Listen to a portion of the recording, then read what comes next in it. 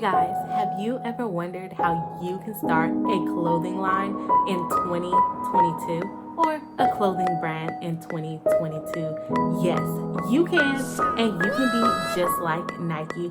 But what you have to do first is trademark your brand. But how does one become as big as Nike when it comes to operating a successful clothing brand? You cannot do it without trademark, because the trademark process is almost the exact same steps that you need to take in order to start your clothing brand when it comes to picking a good name that is going to sell and that is going to be memorable by your audience. So basically, this video is a 2-for-1 on how to start a clothing brand and how to trademark your clothing brand, because without your trademark, someone can steal your brand and become more famous than you or more famous than Nike. If you don't know who I am Boss Attorney Bri. Welcome to my channel. If you are new here, make sure to subscribe and like this video and come back for more. I teach a lot about filing trademarks and keeping your business legally legit. Since the pandemic, clothing brands has been growing at an exponential rate. It is one of the most saturated categories or international classes within the trademark filing database. Why? Because a lot of people are starting their dreams and living their dreams by starting the clothing brand that they've always wanted. So one thing that you have to do before you even ever start your clothing brand in 2022 is to make sure that your trademark is actually still available, because there are people filing left and right to get their trademark for their clothing brand in 2021 and 2020, and definitely you can expect it to be happening in 2022. So how do you get in on the clothing brand phenomenon and make sure your business is not left behind? You file a trademark. The first step in starting your clothing brand is to determine which type of products you actually want to sell. Do you want to do t-shirts? Do you want to do sweatpants, jeans? Do you want it to be a fashion brand, or do you want it to be something more of like a sports, athletic, streetwear brand? These are things that you're going to have to determine. Are you also going to expand into shoes? It is super important to consider everything you want your brand to be before filing your trademark, and honestly before starting your brand, because you want to know the trajectory of which way your brand will actually go.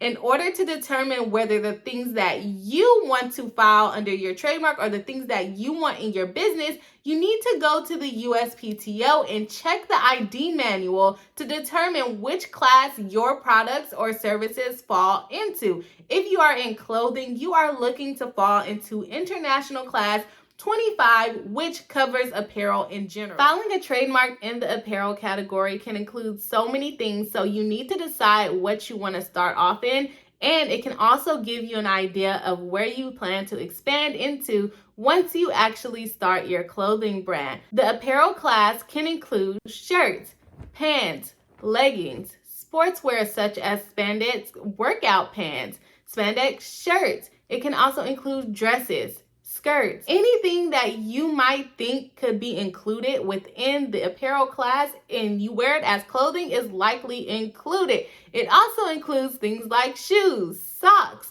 and scarves and bonnets if you wanted to expand into that. So just make sure to check out the ID manual at the USPTO.gov to determine which of your products will fall into the class.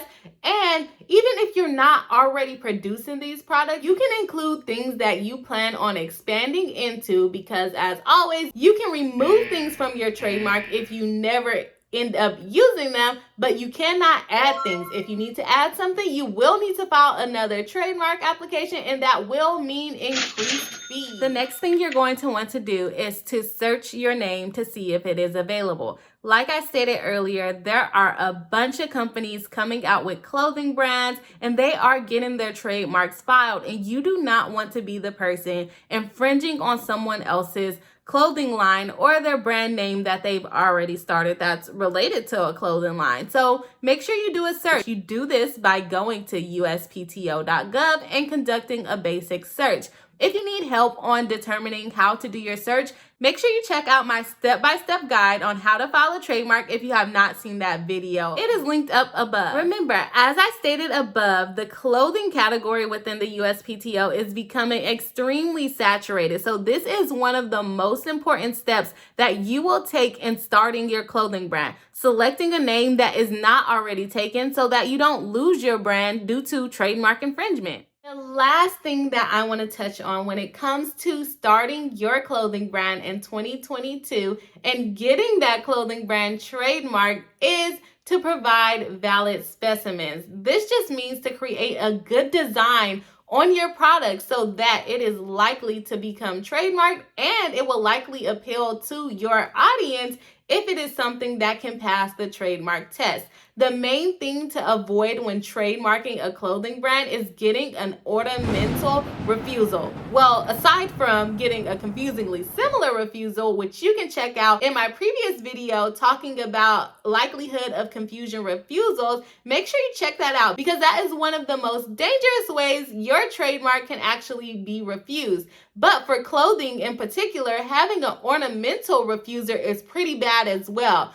It just means that you are not using your brand in a way that would be considered a trademark, which means that it's not protectable, which means it's likely that someone can steal your brand name, your brand idea, your brand concept. So make sure that you are using your trademark in a non-ornamental way. The best way to avoid this type of refusal is to make sure you actually have tags with your brand name or logo or whatever it is you're trying to register on it, and to also make sure that your design on the front is not too big with the actual name or logo that you're trying to register.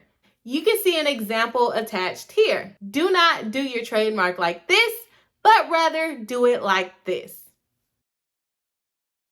Another way that your specimen can go through pretty easily is to have a website with a checkout cart where people can actually purchase your apparel. This will show the examiner that you are actually using your trademark in commerce, which is one of the most crucial elements to getting your trademark registered. If you found this video helpful, make sure you like and subscribe to my channel so that you do not miss more content like this. And if you have not seen my video about trademarking a logo, make sure you go back and watch that video just in case your apparel brand is more about your logo rather than the name. Or maybe you need to get it registered and someone has a similar name, so you would rather get your logo registered. So make sure to check out that video, and again, like, subscribe, and comment on what type of business you have below, when you got started, or when you plan to get started. I'll see you in the next video.